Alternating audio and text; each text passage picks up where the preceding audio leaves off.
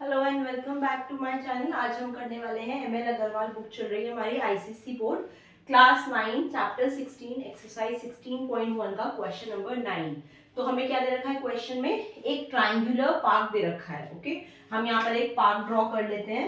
एक ट्राइंगल की शेप में हमें एक पार्क दिया हुआ है। ओके, उसके साइड्स दे रखे हैं हमें A, B and C. Okay, it has sides 120 metre, 80 metre and 50 metre. ये साइड्स की लेंथ दे रखी है। तो एक साइड है आपकी 120 मीटर, दूसरी साइड है आपकी 80 मीटर और तीसरी साइड है आपकी 50 मीटर। ओके, तो ये तीन साइड्स दे रखी है हमें। आगे पढ़ते हैं। A gardener Dhaniya has to put a fence around it and also plant grass inside. अब धनिया एक गार्डनर है, उसको क्या करना है, put a fence around it. इस पार्क के चारों तरफ उसको एक दीवार लगानी है, पहला काम।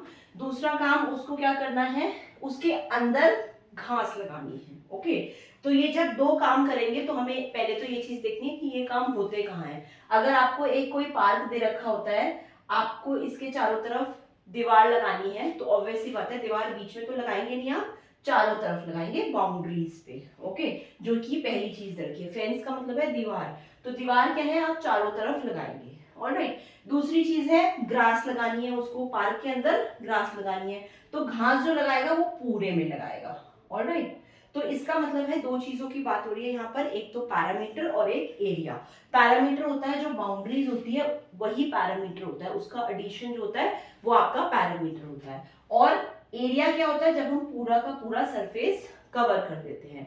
दैट मीन्स दीवार लगाने के लिए हम कंसिडर करेंगे पैरामीटर का, और घास लगाने के लिए हम कंसिडर करेंगे उसका एरिया। ओके, क्योंकि ऑब्वियसली बात है दीवार तो बाउंड्रीज पे लगेगी और जो ग्रास लगेगी वो पूरे के पूरे सरफेस पे लगेगी। दैट मीन्स इस क्वेश्चन में हमें इस ट्राइंगल का पैरामीटर भी निकालना है और एरिया भी निकालना है। तो फेंस के लिए हम पैरामीटर निकालेंगे और ग्रास लगाने के लिए उसका एरिया निकालेंगे। तो सबसे पहले हम फेंस की बात करते हैं और पैरामीटर निकाल लेते हैं। तो हम यहाँ पे पैरामीटर निकालते हैं, इसका पैरामीटर पी से हो रहा है, तो पैरामीटर ऑफ दिस ट्राइंगल निकाल लेते हैं हम सबसे पहले। पैरामीटर क्या होता है, पी से पैरामीटर, पी से plus, that means parameter is the sum of all the boundaries. That means इन तीनों को ऐड कर लेते हैं, तो पैरामीटर क्या होगा आपका, A B plus B C, ये आ गया A B plus B C plus A C. तीनों को ऐड कर लेते हैं, ये इसका पैरामीटर निकल आएगा। तो ए बी है हमारा कितना, P is equal to 120, B C कितना है हमारा 50 प्लस ए सी कितना है हमारा 80। ओके, तो इन तीनों को हम ऐड करते हैं, कितना आता है हमारा, देखिए 120 प्लस 50 प्लस 80, 0 का 0, 8 9 10 और 5 15, कितना आ गया ये 250। दैट मीन्स इसका जो एरिया आ गया, सॉरी पैरामीटर आ गया, वो कितना आ गया 250। और क्योंकि यूनिट हमें एम दे रखी है मीटर, तो यहाँ पर भी हम मीटर लगाएंगे। ऑलराइट, तो ये हमारा पैरामीटर निकल गया सिंपल, क्योंकि हमें दीवार लगानी है तो दीवार के केस में हम बाउंड्रीज लेंगे विच इज पैरामीटर। अच्छा, इसमें एक पॉइंट और दे रखा है, how much area does she need to plant. तो एरिया की हम पहले बाद में बात करेंगे, आगे पढ़ते हैं पहले। Find the cost of fencing it with barbed wire. That means जो दीवार बननी है, फेंस बननी है, उसके लिए वायर लगनी है चारों तरफ, तो वायर की दीवार बननी है एक तरह से। Okay, at the rate of, उसका हमें रेट दे रखा है पर मीटर, मतलब जो बंदा आएगा जो दीवार बनाएगा वायर की चारों तरफ, वो 20 रुपए 20 रुपीज लेगा पर मीटर के। ओके, लेकिन एक पॉइंट इसके अंदर और दे रखा है, leaving a space of 3 metre wide for a gate on one side. मतलब अगर ये पार्क है तो इसके एक साइड पे यहाँ पर गेट बनना है एक। ओके, ये एक गेट बनेगा छोटा सा, तो गेट का जो विड्थ है कितना वाइड है, मतलब ये जो गेट की जो ये चौड़ाई दे रखी है ये वाली। ओके, इसको अगर मैं गेट इस तरह से ले लूं, यहाँ पर ये एक गेट बना, तो गेट की जो नीचे वाली चौड़ाई है ये कितनी ले रखी है 3 मीटर। तो ये 3 मीटर की चौड़ाई हमें गेट के लिए छोड़ देनी है। ठीक है, गेट के आगे वायर, ऑब्वियसली बात है गेट अगर होगा तो उसके आगे वायर नहीं लगेगी, नहीं तो आप पार्क में घुस कैसे पाओगे। तो इसीलिए आपका जो ये वाला जो एरिया है जिसके आगे गेट लगेगा, उसके आगे वायर नहीं लगेगी, उसको हमें खाली छोड़ना पड़ेगा। दैट मीन्स हम जो 3 मीटर है वो इसमें से हमें माइनस करना पड़ेगा, क्योंकि ऑब्वियसली बात है उस 3 मीटर में जहां पे गेट की एंट्रेंस है वहां पर वायर नहीं लगेगी। दैट मीन्स अब फाइनल पैरामीटर हमारा क्या हो गया, 3 मीटर को डिडक्ट करने के बाद तो हम यहाँ पे क्या करेंगे 250 मीटर माइनस 3 मीटर कर लेते हैं, क्योंकि वो माइनस करना पड़ेगा हमें, वहां पे दीवार नहीं लगेगी। तो ये कितना हो गया आपका 247 मीटर। तो फाइनल हमारा पैरामीटर ये आ गया, क्योंकि दीवार वाला साइड हमने माइनस कर दिया है। ऑलराइट, अब इसकी कॉस्ट जो दे रखी है उसको हम कैलकुलेट कर लेते हैं साथ के साथ। ये बोल रहा है 20 रुपीज पर मीटर, पर का मतलब होता है यहाँ पर 1, तो दैट मीन्स अब यहाँ यूनिटरी लगा सकते हैं। देखिए हम 1 मीटर का बंदा लेता है 20 रुपीज। ओके, तो जो दीवार लगाने आएगा वो 1 मीटर, पर मतलब 1, तो 1 मीटर के 20 रुपए लेता है। तो हमारे पास कितने मीटर बैठ रहे हैं 247 मीटर, तो 247 मीटर के कितने लेगा 247 मल्टीप्लाई बाय 20 डिवाइड बाय 1, ऐसे लगाते हैं हम यूनिटरी मेथड। ओके, तो दैट मीन्स हमें 247 को 20 से मल्टीप्लाई करना होगा। हम कैलकुलेटर यूज करते हैं इसके लिए। क्या कर रहे हैं हम 247 को हमें मल्टीप्लाई करना है 20 से। Let's do the calculation.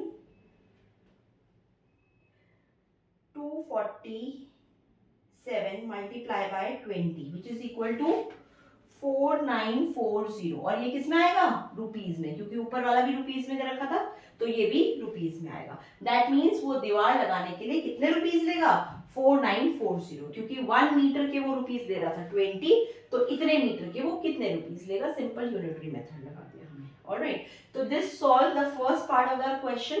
Second part में क्या बोल रहा है, अब घास भी लगानी है, तो घास ऑब्वियसली बात है कॉर्नर्स में तो लगेगी, पूरे सरफेस पे लगेगी। दैट मीन्स घास निकालने के लिए लगाने के लिए हम एरिया को कंसिडर करेंगे। तो मैं यहाँ पर एरिया के लिए ए लिख रही हूँ, तो एरिया निकाल लेते हैं। अब इसका एरिया कैसे निकलेगा, जब भी आपको किसी ट्राइंगल की तीनों साइड्स गिवन होती हैं तो आपको एरिया निकालने के लिए हीरोज फॉर्मूला लगाना होता है। ऑलराइट, हीरोज फॉर्मूला पढ़ते हैं। इसमें हीरोज फॉर्मूला कैसे लगेगा, सबसे पहले हम हीरोज फॉर्मूला क्या होता है यहाँ पर मैं लिख लेती हूँ।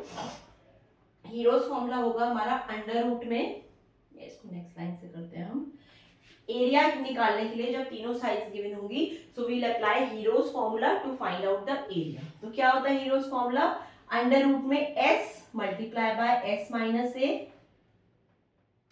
Multiply by s minus b multiply by s minus c।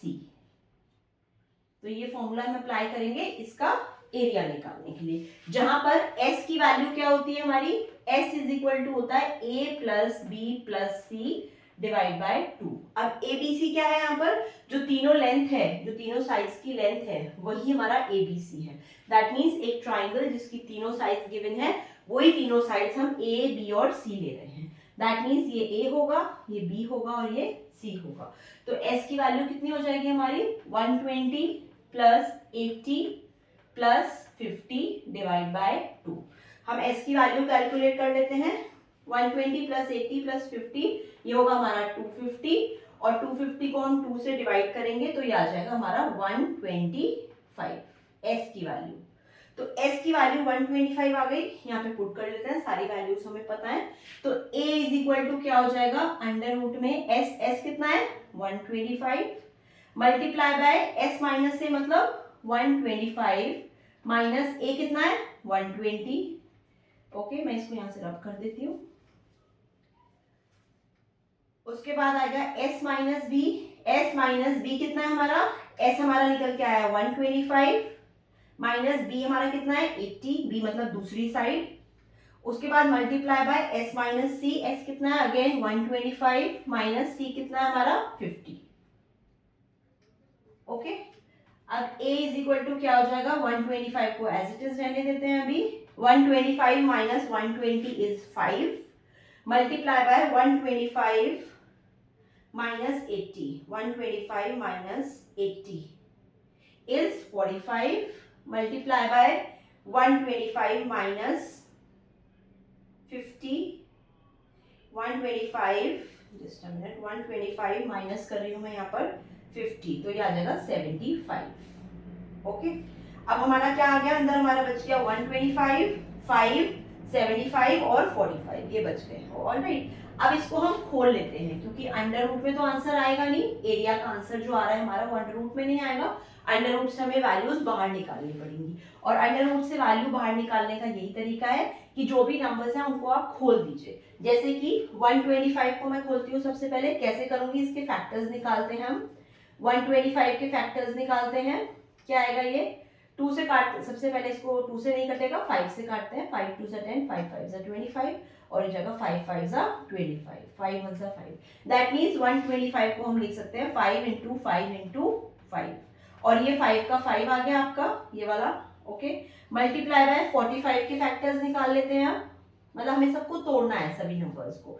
5 से कट रहा है दोबारा ये, 5 9 45, 3 3 9, 3 1 3। दैट मीन्स 45 को हम लिख सकते हैं 5 multiply by 3 multiply by 3। Okay, next हमें 75 को तोड़ना है। अब हम 75 को तोड़ते हैं यहाँ पर, 5 से काटते हैं, 5 1 5, 5 5 25, 5 3 15 एंड 3 1 3।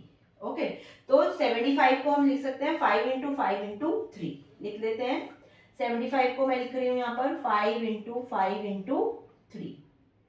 ओके, अब अंडर रूट से बाहर निकालने का क्या तरीका है, दो नंबर्स का पेयर बनेगा और उससे एक बाहर आएगा। ओके, दैट मीन्स इन दोनों का अगर मैं पेयर बनाऊं 5 का, तो इससे एक 5 बाहर आएगा, मल्टीप्लाई बाय इन दोनों 5 का पेयर बना लेते हैं, उससे भी एक 5 बाहर आएगा।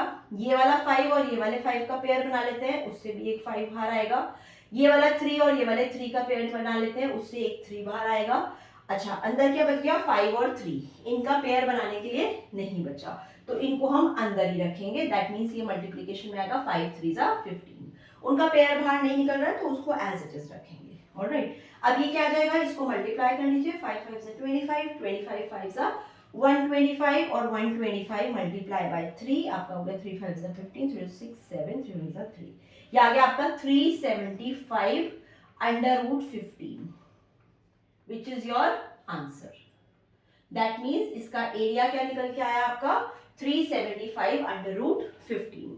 तो यही आपका ये एरिया है। दैट मीन्स कितनी घास लगानी पड़ेगी उसको, इतना, और एक चीज और, एरिया जो आएगा वो मीटर स्क्वायर में आएगा। So don't forget to put the unit, ये यूनिट लगानी जरूरी है। क्वेश्चन में मीटर दे रखा था इसलिए इसकी यूनिट हमने मीटर स्क्वायर लगाई है।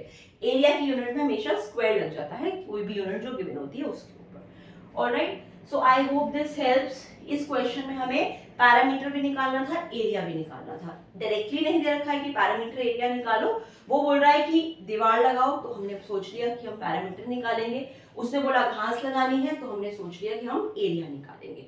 तो ये आपको थोड़ा सा सोचना पड़ेगा, वो जनरल आपको फॉर्म में देगा, but what you have to find out area और perimeter, that you have to think. Alright, so I hope this helps. We are going to cover the whole Abela Agarwal book. Thank you so much for watching. Please subscribe to my channel.